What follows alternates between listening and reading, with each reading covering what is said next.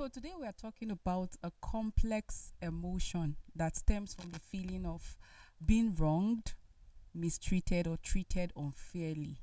And this emotion actually arises from feelings also associated with anger, disappointment, and also being wronged. On today's life, today we're discussing resentment, life and resentment.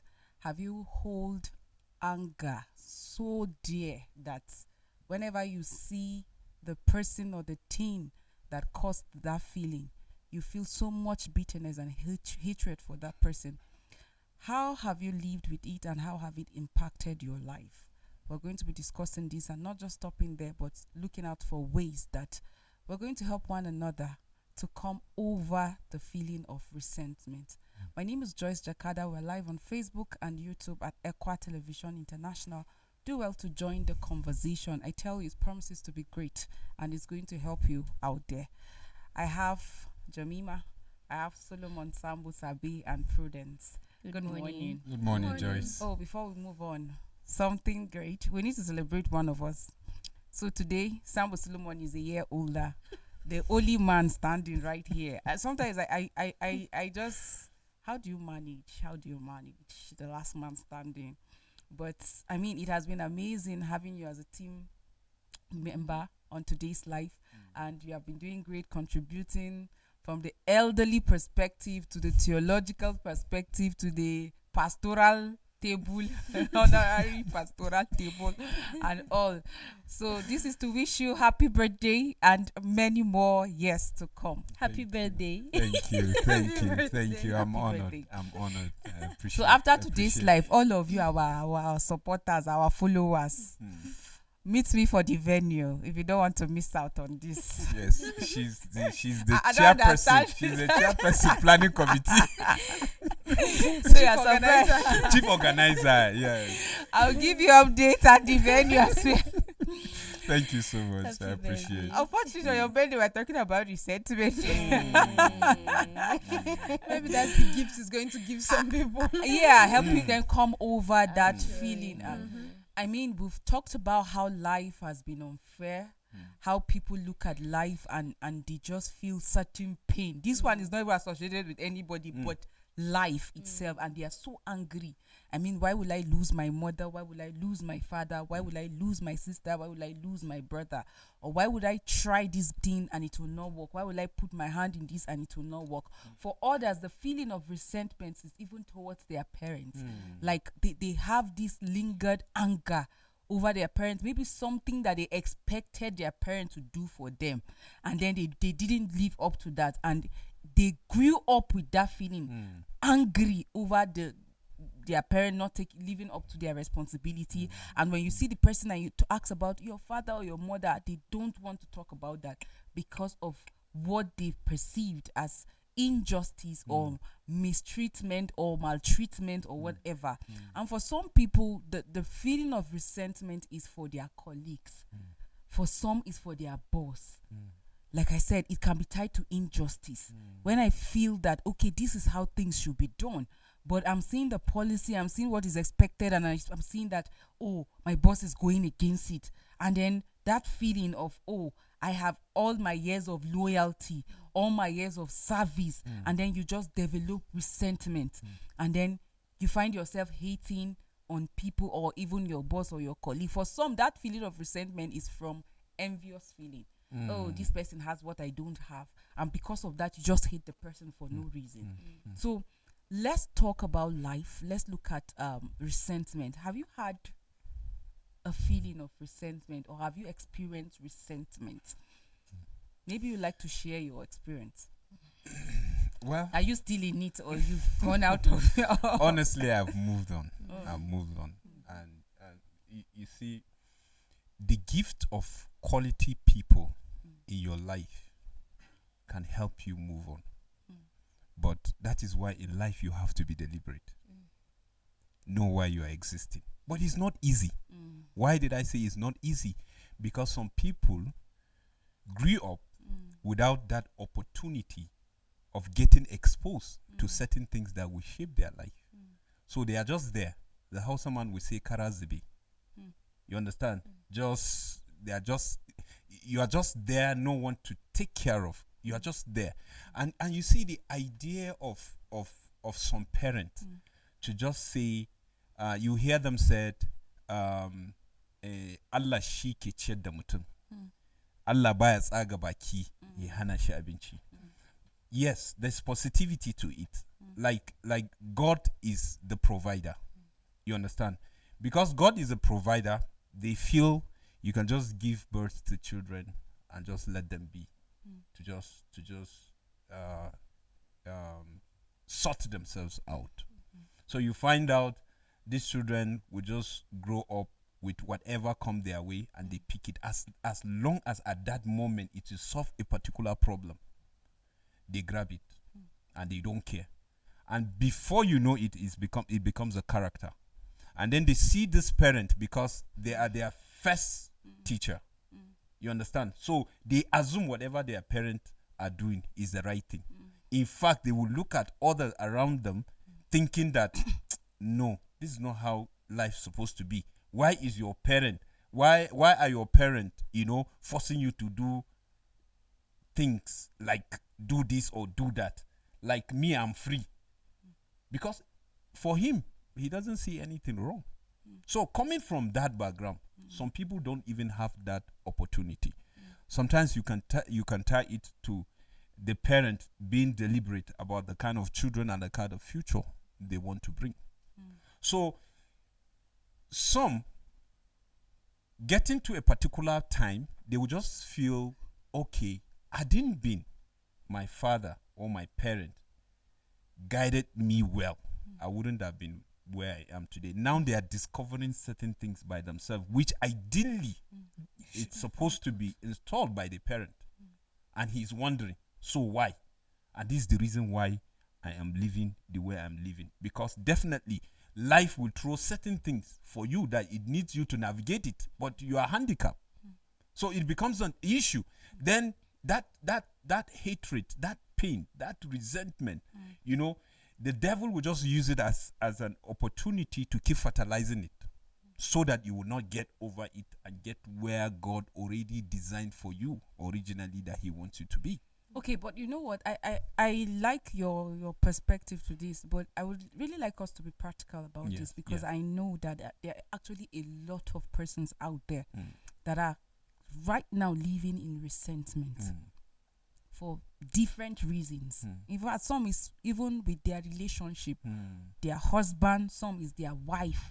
There are people that felt, I got married to you out of deceit. It wasn't, you portrayed a different person. After marriage, I saw it different.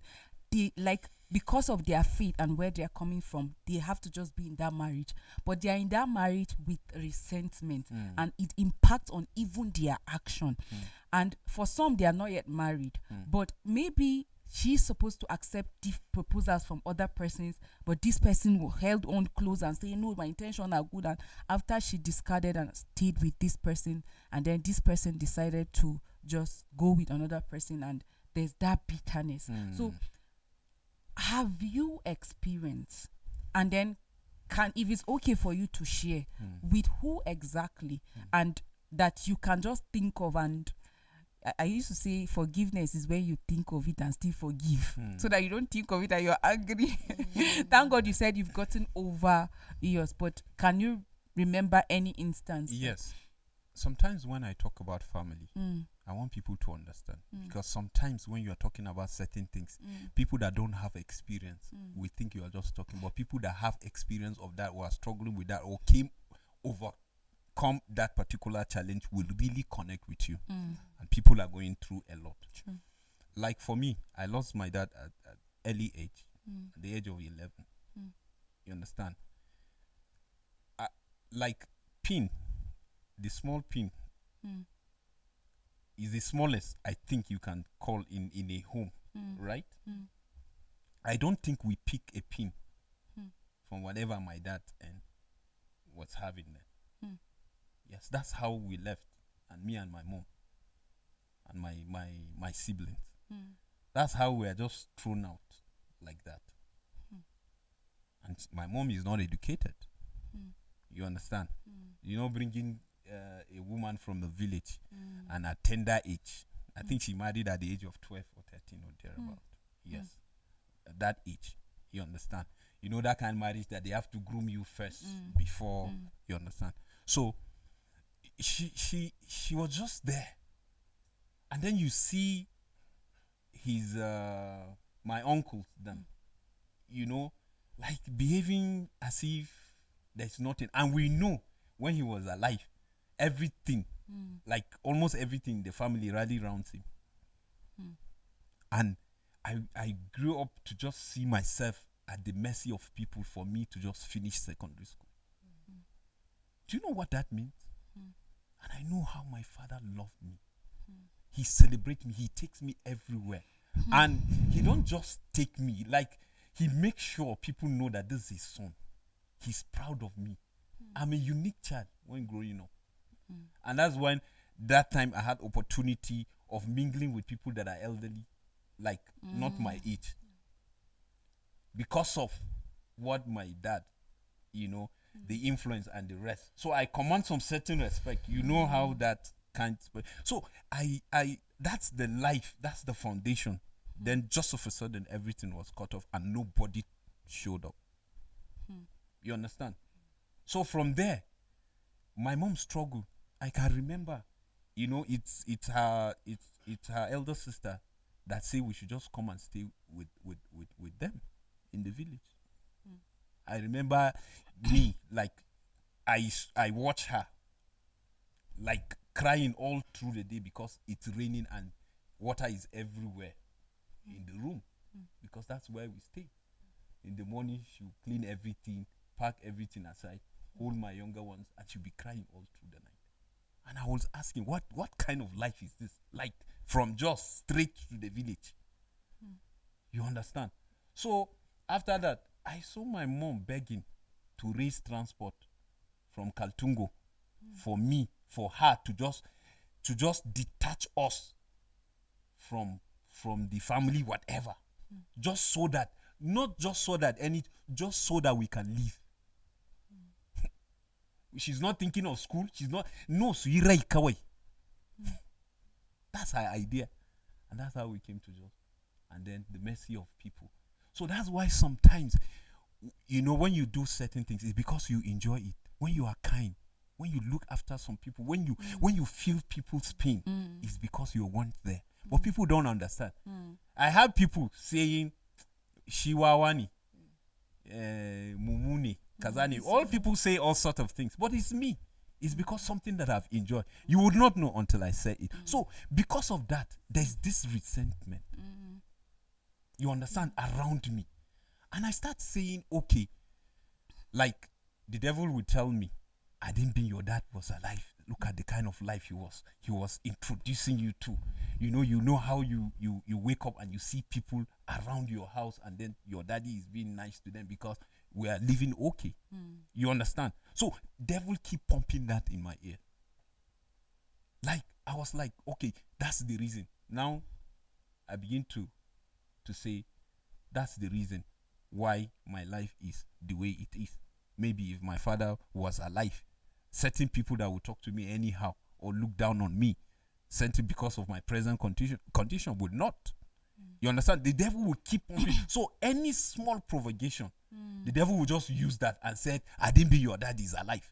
So how did you cope with that? What? So when I said, I talked about people blessing in your life, I'm happy because at some point I meet certain people that are being deliberate about life and then saw potential in me and then believe in me and pour themselves in me. At some point I disappoint them. You understand? Because maybe their expectation I'm not meeting, but I'm getting there. And then they are seeing me changing. So, and sometimes when I said meeting you, I see you as a family. Meeting you is a blessing because at every given point, every day, one of you would say something that would change my perspective in life. One of you would say something that I would pick something to run with it. You understand? And then all our experiences, you know, bringing together, sharing, and then you'll be like, oh, so I'm not alone.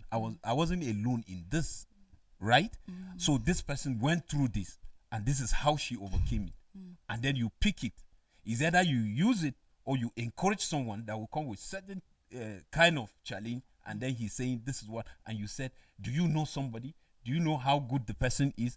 And then the person will like, I'm hearing this person, I love this person. I said, okay, the person did not just get there just like that. This is what the person overcame in life, and then the person is where so you see that our story helps other people to grow. Sometimes so it's not basically, just Sambo Solomon, I think what helped you out of the resentment was having the right association. Like Basically. you built the right network. You were surrounded by people who helped you but out. It wasn't easy. Of course, we'll get there, but Definitely. let's hear from Prudence. All right, so you talk about Or you are that resentment. person that was born with silver spoon. No resentment whatsoever. I'm not so sure that even if you're born with a silver spoon, you would won't live your life experience. without Mm. resentment. I think that one way or another, you would have, you should have experienced a certain form of resentment. Well, resentment in itself is tied to disappointment, anger, and a whole lot of things. So you find you must have found yourself in one situation or another. See, for instance, I know a story of someone who hated his friend because that friend came to his house and raped his sister, and the girl, no, she didn't die, but like raped the sister almost to death. She was unconscious when they found her, and they had to take her to hospital and all that. But this is someone who they practically grew up with. It's someone who, if their mother is going out to buy stuff for them, she would add his own too. It's like, this is my son as well, right? And so everybody in the family says this person as a son. So the resentment that would boil up from that kind of betrayal, it's tough. It's something that nobody would just look at it and laugh it over. No, it's something that over time you have to work towards letting it go. From the lady who was raped to the family, the father, the mother, everybody would have to learn to let it go. This is a resentment that affected everybody, and all of them, if they're not able to let it go, there will be a serious setback for the family. There's also the resentment that you find in "I hate my life." I've heard people make phrases like that. I hate my life. I hate what I've become. I hate the choices that I've made. And so at the end of the day, you tend to, this hatred is towards you, so you tend to neglect anything that will make you a better person. You tend to tilt your attention towards hating yourself more than building yourself to outgrow what mistakes that you have made. And that is one of the resentments that is like very detrimental, because there's no other object. You are the object of your resentment. It's hard to actually come out from that very one. Psychologists would say that is a major hit on your mental health, because your mental health from that point on just deteriorates. It just becomes something else entirely. So you're looking at that aspect as well. There's also the one that you find between friends, siblings, right? Siblings rivalry that stems up to resentment. Why? Because the father tends to show favoritism to one person. We saw that in the story of Joseph. And so because the father is favorable to this one, and the other person feels like they don't really care about me. There's resentment towards that favored. And it just goes on and on and on. At every point in life, you find one form of resentment or another. I can't really pinpoint one incident right now, but I do remember one time that my dad called me and was asking me certain questions, that I heard you did this, you did this, and that from work you don't go home straight, you branch to whose house and what not. And I was dumbfounded, because I have no clue where this story is coming from. Is it me? Who exactly are you talking about? And one way or another, I actually found out who the person who made those statements was. And honestly, at that moment, I know I have this tendency to laugh off things that are annoying to me. I just try to find humor in it and laugh it off. But I went back and I was thinking, what exactly have I done that would warrant such kind of talks about me? There was the whole disappointment in the fact that this is someone that I respect. Because apart from the fact that she's way older than me, she's a relative and someone we've stayed with together and all that. And how can she come up and say certain things like this about me? I got to the point that I said that if there's anything that would make me have anything to do with this lady again, honestly, I don't know. Only if God will come down himself and tell me, do it. If not, no, I don't want to have any business with her anymore. But then I got to a point that I thought to myself, if I don't let this go, down the road, if someone does something for me out, like something that is a mistake, and I go around with this same attitude, then a lot of my relationships that would have been tangible would just be dead, because not always do mistakes become a character trait. So we understand that hers is a character trait, but I have to understand that my reaction is what determines how the event is going to unfold.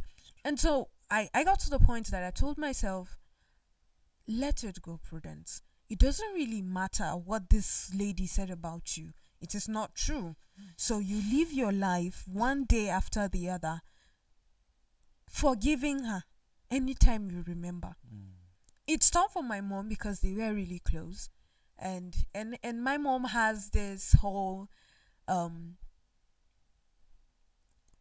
trauma from back then, where you know how African homes are like, the firstborn is always the one that in Hausa they will say mechin kwakwankin.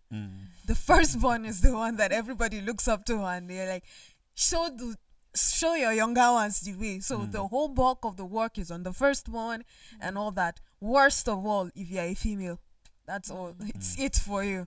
And so her whole life she had been living that kind of life, and then this kind of attitude from people that are close to her and all that.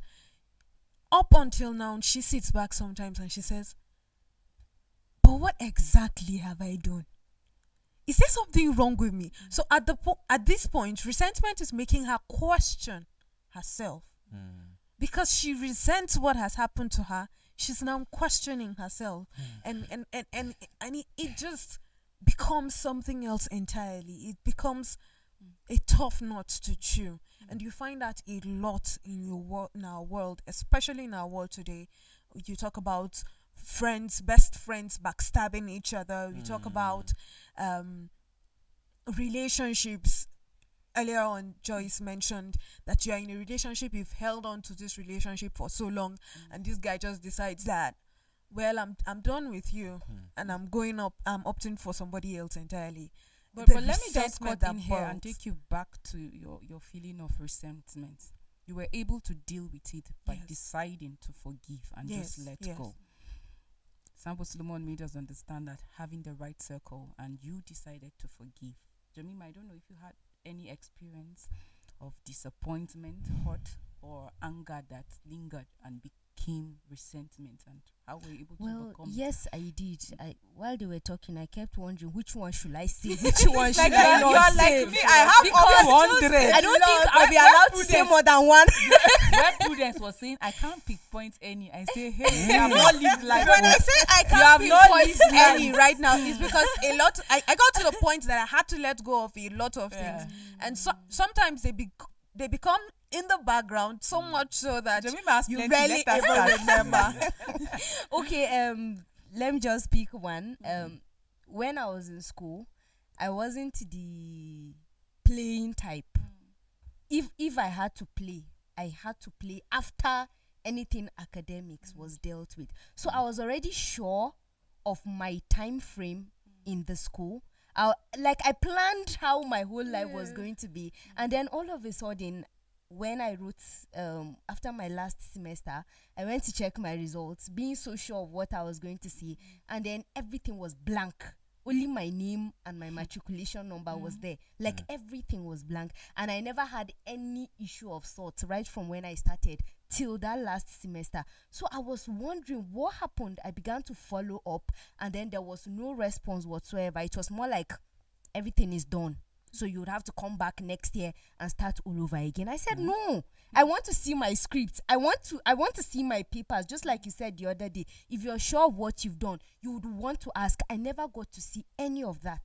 They made me understand that, see, you have to come back next year and pay fees again and attend lectures. I don't have a problem with that if I fail. But if I have no idea, then I cannot do that. My dad is not the type that meddles into educational affairs and all, but he had to come in at that point because he knew something was wrong somewhere. And then it lingered for 3 years.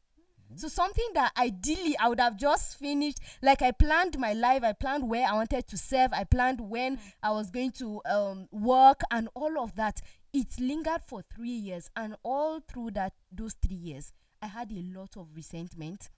I had pain towards the school. I had anger. I had hatred. If I anybody that wanted to go to that school, so far I was aware, I was a stumbling block for that. And then eventually, even till few years ago, I kept feeling like my life was not where it should have been. Imagine if I had finished in those years. I would have done this, I would have done that, I would have, like, so much resentment. But I had to get to a point that I had to sit myself down, because every other person that sat me down is like it was entering through one ear and coming out through one ear, because my whole aim was, you have no idea. Have you stayed back for 3 years without doing?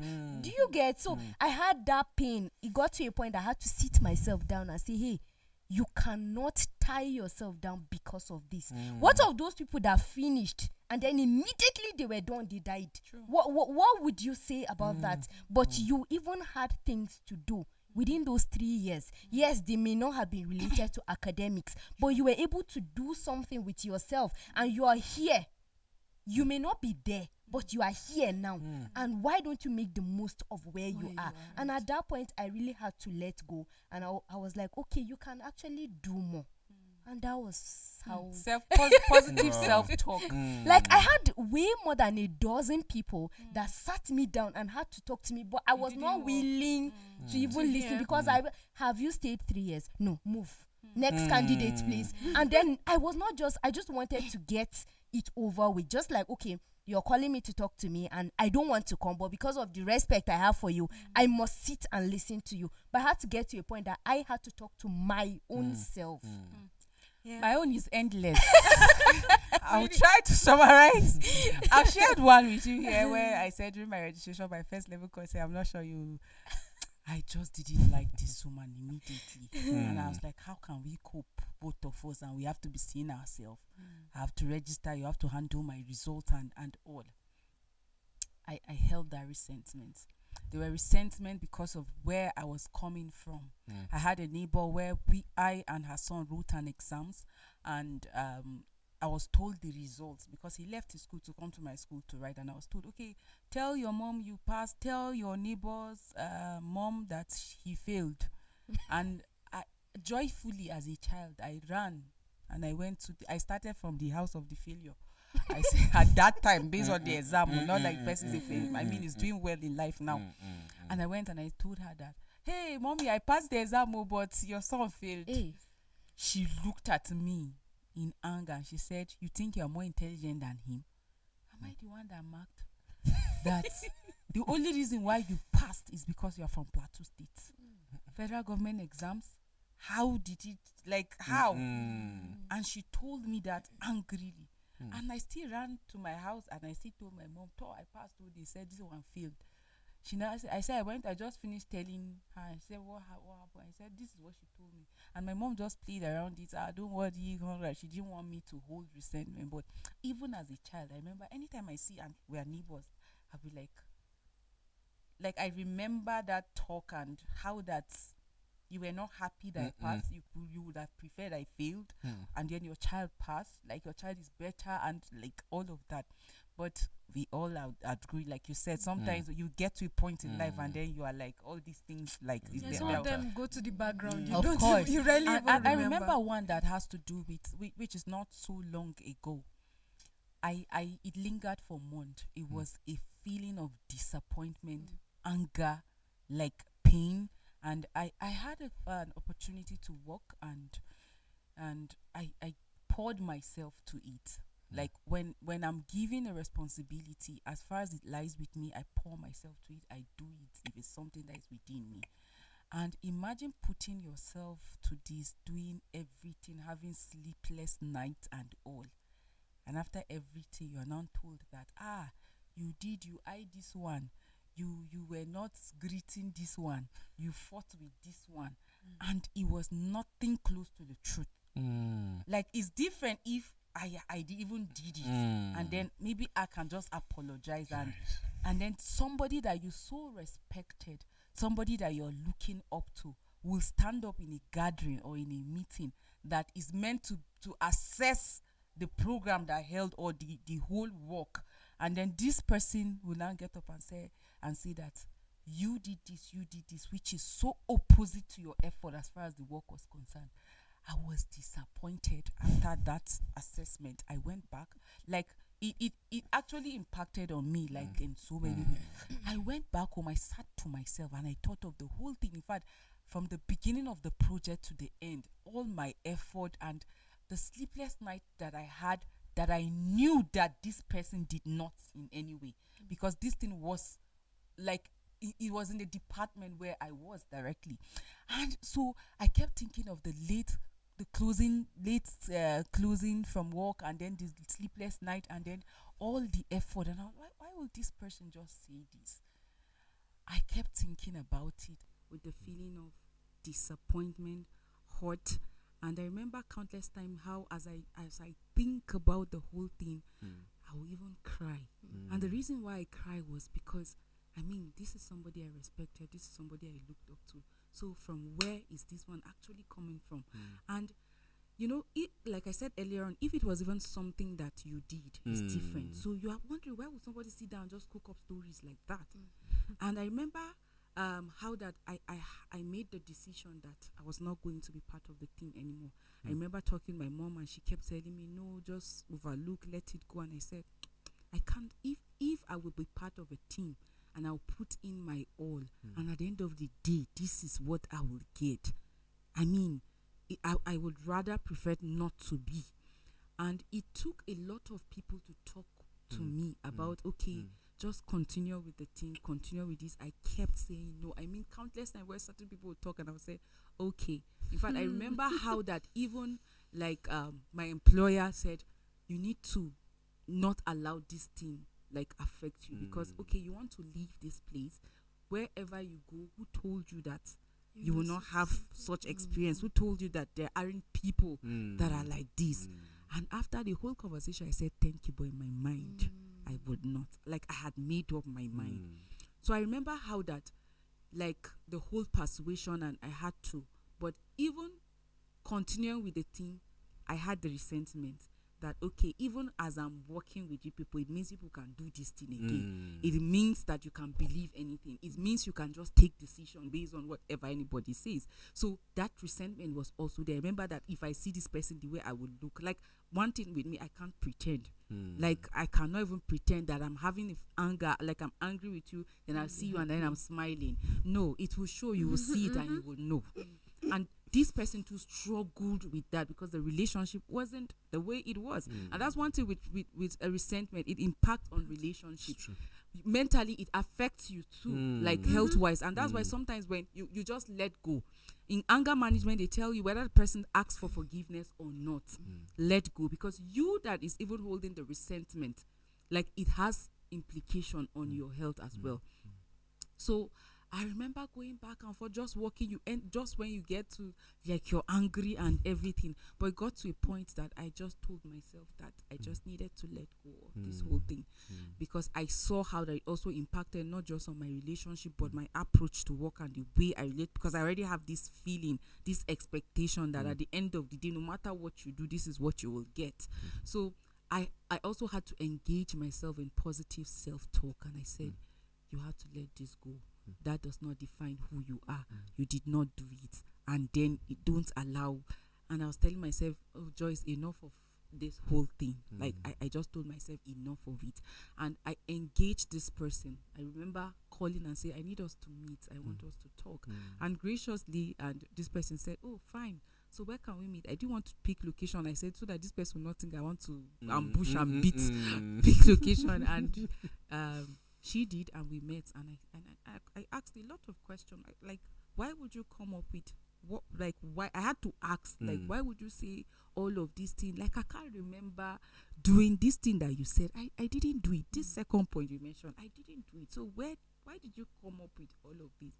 And we got talking, and at the end of the day, this person was very like remorseful.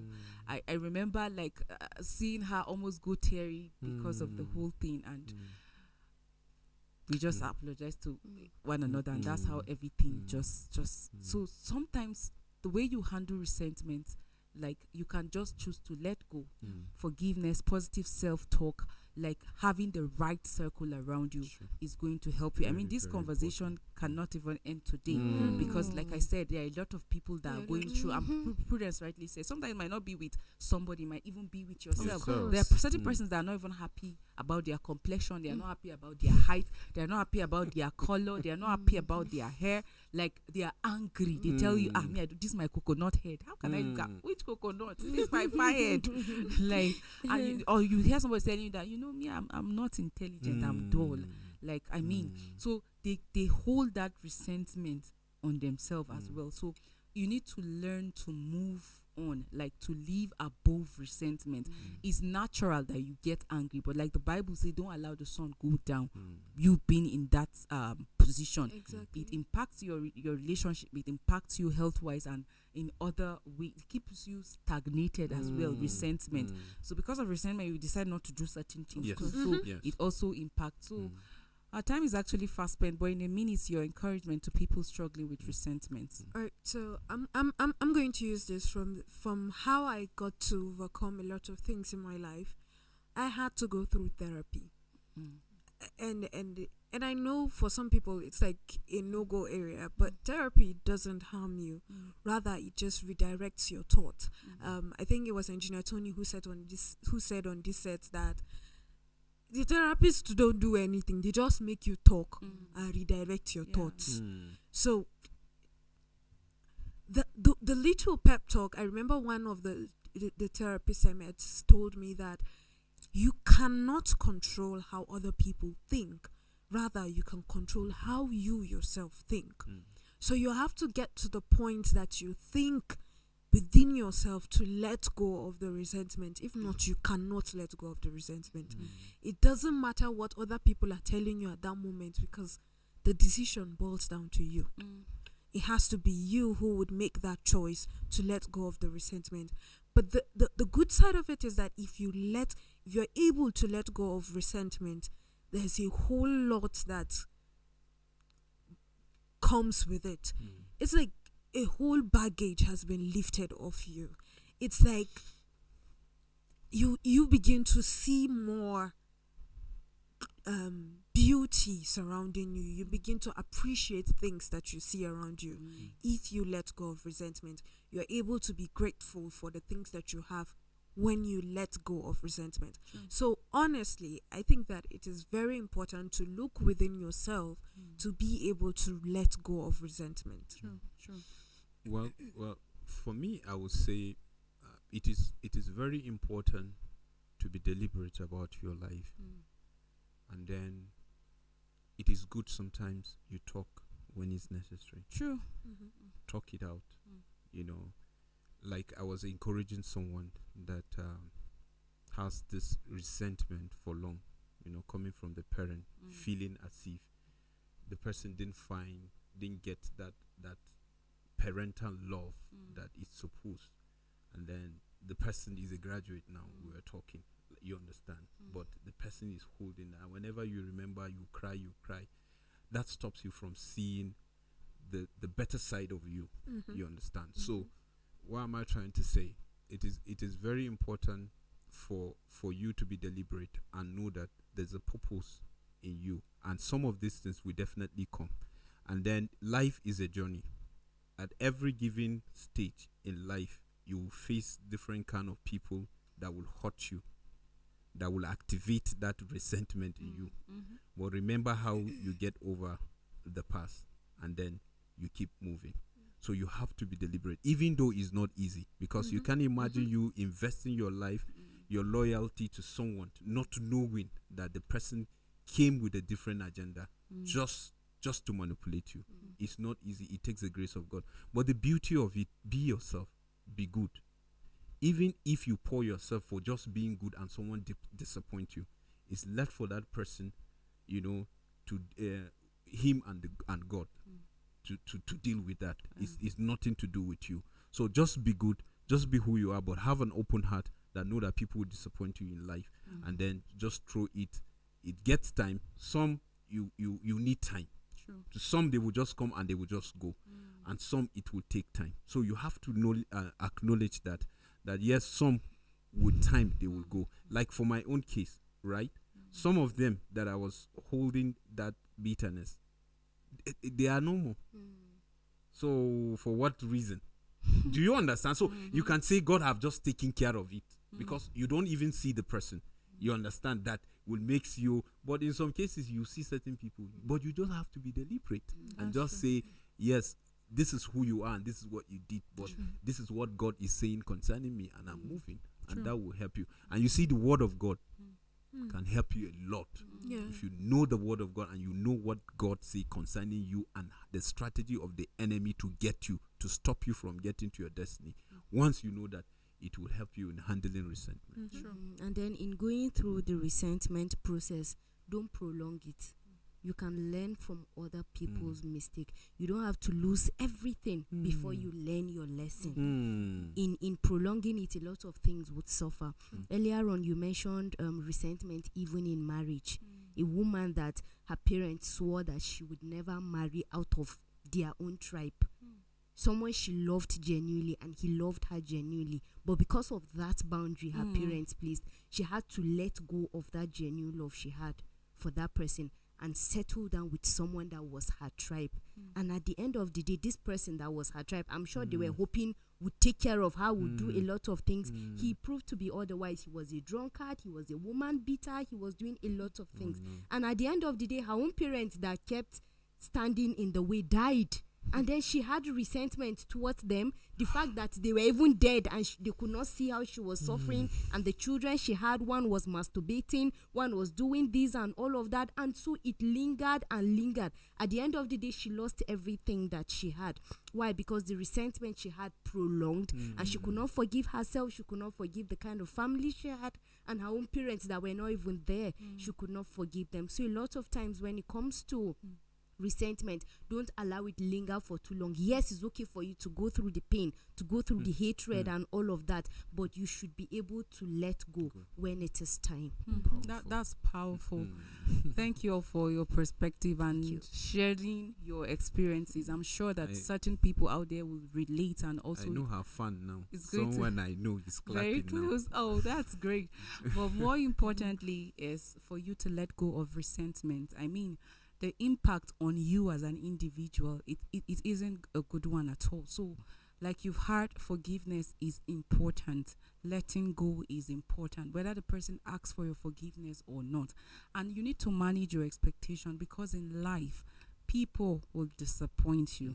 So life itself will disappoint you. So you need to manage your expectation and hold on to the word of God. Let go and let God take charge. Sometimes we feel we can handle the situation ourselves, and we keep getting disappointment, and you find yourself in resentment with everything around you. Even you are holding resentment over because of what is happening around you. So it's very important that we let go, manage our expectation, forgive people whether they ask for it or not, engage in positive talk, study the Bible, and more importantly, have the right network, have the right circle. That is going to help you to manage this complex emotion that you feel about being maltreated, about injustice, disappointment, and so many others. We hope to be on your way tomorrow to talk about relationship. I want to miss this. Thank you, Equa Executive, for this platform. We appreciate our supporters. Thank you, the crew, for putting this up. We'll be back tomorrow. You have a great day.